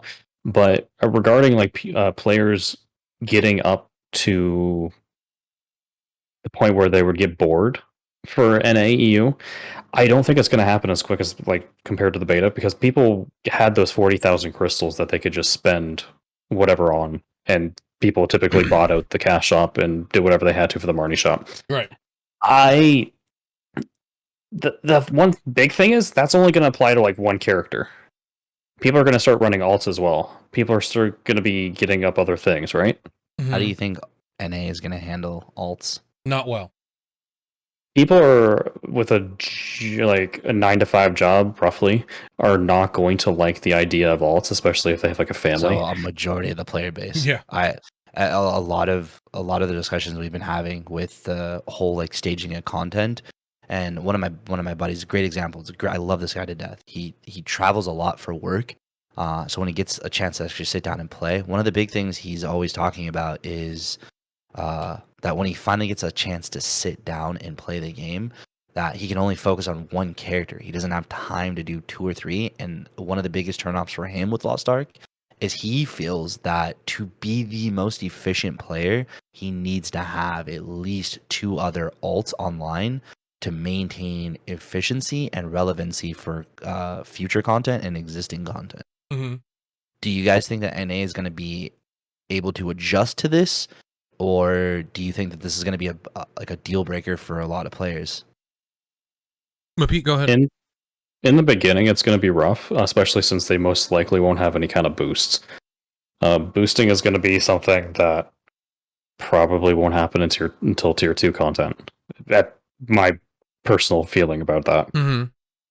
And that's probably going to cause issues where people are not going to be making alts until boosts are available. And even then, people are not going to necessarily be wanting to spend money in order to catch up to the current tier of content. So like when tier 3 comes out, I think it's like on Russia, it's like $20-something in order to go from brand new character all the way up to 1302. Yeah. 1302, which the typical person might spend that. Maybe not, depending on how much they actually want to play the game and stuff. But like, that's probably going to be people's better bet in terms of having alts. But people are not going to be spending the time in NAEU where they're going to like level up, hand level multiple characters. Like I will be, but I tend to have a little bit more time. I don't have family obligations. I don't have like other things that I have to do. I have a job and then I come home.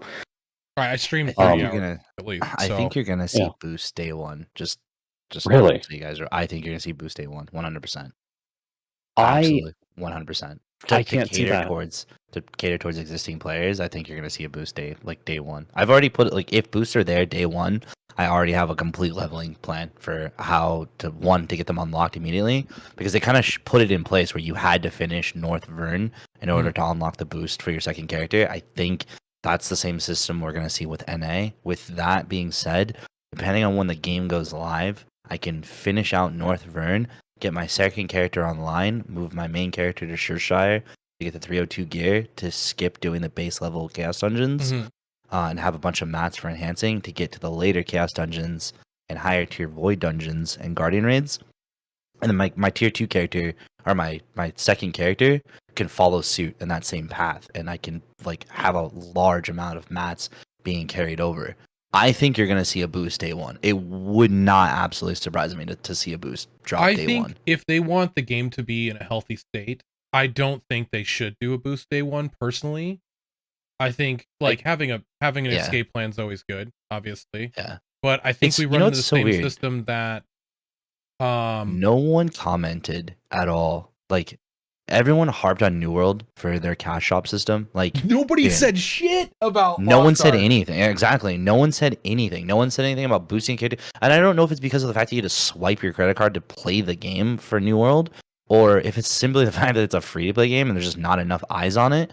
So I'm like, dude, no one said anything about the fact that you can boost a character in Lost Ark, but everyone harped on being able to buy supplies to catch up to your friends that have been, no lifing. Like I have a buddy that doesn't work. He can play this game for 16, 18 hours a day and make crazy gains, right? And I'm like, damn, dude, in order for me to keep up with you, I have to swipe to stay relevant to like what you're doing. So it's like, it was like crazy. Like no one said anything about the I haven't seen even the most minute articles, Steam forums, Reddit posts. I haven't seen anything where people are like, yo, this cash shop is so skewed. Being able to boost is so broken, blah, blah, blah. Like, it seems like people are like, it is what it is. I like it. Leave it there. It's not going to hurt me if someone wants to have another character. You got people like Asmongold had already gone on a podcast saying that the game was, from what he heard, pay to win. Then we have all this backlash like on Reddit, on all these different websites that people are saying it's not pay to win, it's not pay to win. In general, if you want to be on leaderboards, yeah, it's pay to win. Like but in the average player, you don't want to be on leaderboard, right? So this is my biggest argument, and I love that you said that, dude. Like this is my biggest argument is like, dude, listen, I hate to say this, and I don't want to disrespect anyone. I think everyone's an amazing gamer, but dude, like fuck a leaderboard. Like, dude, like who fucking cares? Like no one cares, bro. You don't go on a Tinder profile and go, yeah, I'm ranked 3rd in the world because I have this outstanding Deathblade that has the highest gear score and the fucking biggest EP in the world. Quick story. Like, no one fucking cares, right, dude. Exactly. Quick story. One of the security guards at one of the places I DJ at came up to me. He's like, dude, you play video games? And he comes up and he's got his phone out and it's like, it was not Crash Royale. It was some game like that. And he pulls up his phone and he's like number 1. And I was like, bro, how much did that cost you? And he's like, oh, I work a second job to play this game. And I was like, oh my God. Yo, Mepeet. I'm like $800 deep on Idle Angels, dog. Oh my God. I can't say anything, bro. Okay, listen, if people I know what pay to win is, bro. I've spent $5,000 on BDO in the first year and a half of me playing the game. I think in total, if I didn't bullshit and lie about it, I think I'm close to almost $8,000 in BDO in what I've bought. Yeah. At one point I would grind and get so frustrated that I didn't have a maid. So every time I would grind and I got a piece of gear that I couldn't put on the market or put in my inventory, I would buy a maid and to be able to send that one piece of gear. That was my way of getting around it. Was I would just buy a maid.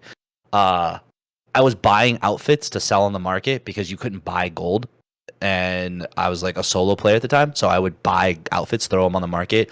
I can make 20, 30 billion in a week selling stuff, and then like I would go and bust going for a Tet Ogre ring, which for you guys probably means nothing, but yeah, I'm like, I'm gonna go for a Tet Ogre ring today, blow it up, and I'm like, all right, well next week I'm gonna swipe for another $1,000 to try it again. Let's get it done. Yeah, trust me, this game is like your gear score means like virtually nothing in PvP until you get to open world PvP. But even then, in open world PvP, I had an absolute. I think I messaged. Like I got on your stream, DJ, and I was telling you, like, "Yo, you got to come to Outlaw Island. This is so much fun." It was literally just me fighting a bunch of people that were way higher gear score than me, but I was killing them. Yeah, and I was like, "Yo, this is such a great experience. Like, this is so much fun, dude." I think like what. I think more so with the next content patch with Korea, we're going to see a lot of what happens in the future for American Lost Ark. And if you guys don't know, the next big content patch for KR is going to be a focus on PvP balancing and focus on PvP in the open world, because we're potentially going to a new world. Rowan. It's a new continent we're getting. Okay. Yeah, I thought it was the demon continent. It's a guarantee. But no. It's a new continent called Rowan that it's a guarantee we're getting it. Okay. Yeah. So the PvP open world there in the storyline content, not just on an island, not just like somewhere in the middle of nowhere, like actual this is happening. And they have said, they're like, we're going for it. We're going to try and make it as good as we possibly can. And if we fail, then we fail. And we move on from there. But we want to take risks. And that is something Korean games and Korean producers and developers don't do. Like, they don't take that risk to actually make it good. You know what I mean? Like, you have Lineage, which is just a grind fest where people were just botting and they like the economy collapses. And like you have the like in comparison, you have Lost Ark, which they are trying everything that they possibly can to keep botters out of the game, keep the economy from collapsing, and like keeping this content good, right? So because in the end of the day, more people playing the game makes them more money, right? So anyways, how deep are we? We're pretty deep in this episode. To wrap it up, let's talk real quick.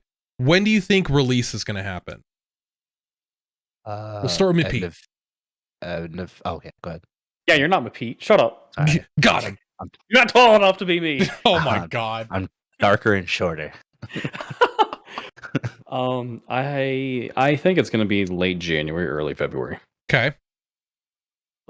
Rufio? Late February, early March. Really? The end of quarter one. Yeah, I think it's be closer to end of quarter one. Beat out Final Fantasy 14, letting the player base get settled in there.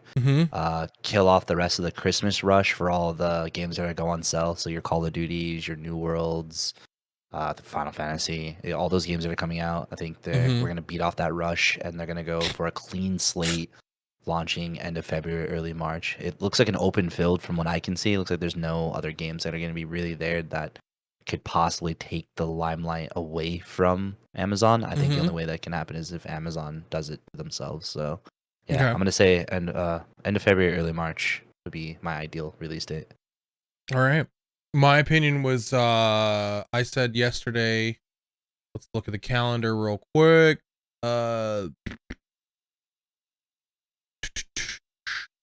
January 20th was my exact release. Guess. Oh, wait. Sorry. Hold on. Because the show comes out on the 16th. We didn't even get a chance to talk about the show. Oh, gosh, there's so much to talk about. Guys, have 10 minutes. You have 10 minutes. Make it a 2-hour podcast. There you go. You have 10 minutes. 10 minutes talk about the show. I'm really excited. I think it was really weird that it came out shortly after the League of Legends announcement. Yeah. But hey, fuck it. I'm here to run it because I love anime. I love big mommy milkers, and I'm here to see what they do in a cinematic screen. So let's run it. Okay. I mean, P, I see that face, dog. You act like you're not a degenerate. I know you're a degenerate, my guy. I'm a wholesome. You did not go to the Beatrice raid and not like say step on me at least once. You're a liar. I remember the first time you saw the Beatrice raid. I was in your chat, and Rufio's like looking at you, just like, you're gonna tell me you don't want her to step on you? Bro. Yeah, listening to NA people post like Blackfang step on me, I'm like, you guys have such low standards. Like, Blackfang is what's getting you. And like, no, wait until you see some of these women that just wipe worlds away. Like, step on me, mommy. Like, what do you mean? Lord have mercy. Boy. All right. Just saying, you guys got to be a little bit of degenerates in this game. I'm a fan of Belshazzar and Beatrice. So, you know, I think Beatrice gets to be an evil lady, so she gets high up there on the tier list for me. My favorite character got killed, so. Oh, we'll get wrecked. Yeah. I'm like, oh, that sucks. Find a new one to like. Well, see you later. Yeah. Was it like so Saria? The show though, it was it Celia, I think. Yeah. God, I love the way she looked. She was so, like, her model was like so perfect, and then I don't want to spoil it for people that haven't done the story, but just say, don't run and go take a shower. Yeah, she gets wrecked. Yeah, oh man, that whole, my buddy's like, yo, don't skip this cutscene. I'm like, I can't. He's like, good, now stay here and watch it. Man, I cried. Just laid in my bed and just cried. A lot of Drake that night, a lot of Marvin's Room. We were emotional. I didn't know if I wanted to keep playing the game, but yeah, no, the show though, I'm really excited about the show. It looks really, really good, like in a cheesy good way. I think it looks rad, even though everybody's making comparisons to League of Legends characters. Like I said, it was just weird. Like they announced the League of Legends on Netflix, and then like it was like the beta was like ending, and they're like, "Oh, by the way, we've got a series coming out." And I'm like, I didn't see this coming from anywhere. Like, right? What? It was total like, FBL. Okay, Mepeet, what's your opinion? Yeah. On the series? On the show, yeah. I'm gonna be brutally honest. I didn't even look at it. Oh, I saw the announcement. I was just like, it's okay. like. Watch it right now and then give us an opinion. Let's do a live opinion from Mepeet. It's 30 seconds long before the. Can you pull the trailer up? I can pull the trailer up. Yeah, pull the trailer. So let chat rock it, dude. Oh my lord. How have you not watched it, man? Are you a true BDOer, dog? Or not BDO? Sorry, Lost Archer. Oh, are you an Archer, dude? I did the dirty this morning and I played a little bit of BDO and then like I didn't get what I was looking for, so I was like, I gotta go to Lost Ark. So sorry. I saw the Twitter post when I was at work, and then I completely forgot about it. To be honest. Somebody link it to me. Maybe when was their announcement? Like this week, right? Tuesday, I believe. Tuesday or Wednesday. Oh, okay. Here it is. It was like right before the drop happened. Let's see. Let me unmute. Mepeet, you can see which screen right now. I'm just watching your stream. It's on the stream. If you have a stream pulled up. Yeah, I'm just watching on the stream. Okay. The lost Ark is shattered and forgotten. I thought this was a game at first. Like I thought this was like a mobile announcement. There are those who refuse to give up the fight.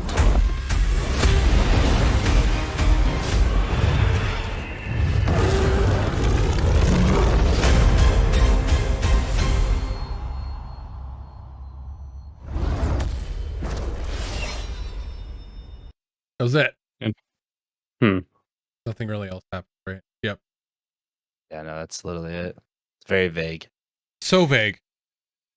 I'm here for it though. I legitimately thought it was a mobile game announcement, and I was like, "Oh, you have phones, don't you?" Yeah, let's see. I'm excited. I like what Amazon's doing thus far. To honestly wrap it up, I think the game, I think the readjustment of their social media managers has vastly improved the communication they're giving with the community. It doesn't feel like it's a 16-year-old kid running the Twitter account anymore. I feel like they're an actual multi-billion-dollar company, right? That's like trying to answer questions and facilitate hype for the game. Mm-hmm. I really like it. I really like this new approach. I'm really excited. I'm grateful for the opportunity to be in the creator program and be a part of the beta. And I really look forward to either hopefully one more open beta or I'm crossing fingers for it. Would be absolutely amazing. So there won't be another beta. I don't think so either. But hey, listen, I'm just crossing fingers for anything at this point. Just give me something. Well, they said they'll see us next week. It also, if we think about it though, realistically, we're not going to see it November, December, Thanksgiving, Christmas. Dude, the studios are shutting down. Everyone's shutting down. So we're not going to see anything. But yeah, And then that's what's cool about the show coming out. At least, you know, people will have a chance to watch it over this time, get caught up on lore, and then be able to go into the game and skip all the cutscenes because you know the lore already, which is something I don't think they got in Korea. It's been like a trial run for the rest of the world to get this game, which is crazy. But I think the thing with the show that bugs me is you could tell that it's in-game footage overlaid with another what's it called, like a filter, like a comic book filter. Yeah, so hopefully that's not the way it fully looks. It's not a perfect match of like, yeah, this is in-game footage with a comic filter on it, but it doesn't look like, if somebody drew it, it looks a little rigid. It looks weird to me, but I think it's gonna be fine. I think I like lore, so yeah, I mean, since we're okay, I did call it when I said that they're absolutely removing the character prologues, and we're all getting the baseline prologue. Like, you're gonna get like a 3-minute, or not even that, like a 3-second explanation of like who your character is, and then after that, it's gonna go right into like the prologue.